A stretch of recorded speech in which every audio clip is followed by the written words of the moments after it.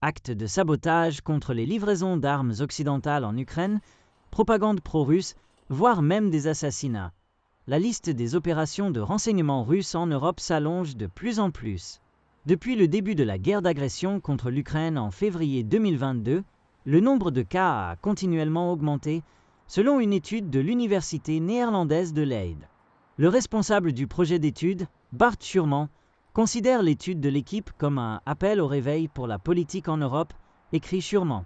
L'expert en sécurité dirige le groupe de recherche sur le terrorisme et la violence politique à l'université de Leiden.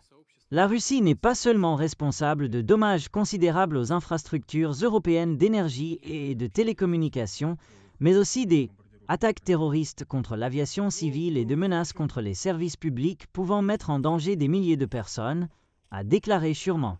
Comme pendant la guerre froide, la Russie utilise toute la gamme des mesures de renseignement, déclare Gerhard Konrad, un ancien agent du service fédéral de renseignement allemand, BND, dans une interview avec DE.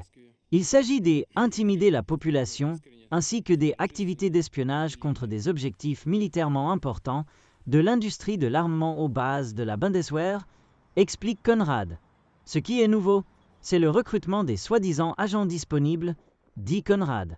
Ceux-ci sont souvent des sympathisants de la Russie, recrutés dans les pays de l'UE pour provoquer des troubles. Si de tels agents sont exposés, les dommages pour les services de renseignement russes sont minimes. La menace croissante de la Russie est visible non seulement depuis 2022, affirme l'ancien agent Konrad, mais au plus tard depuis 2014.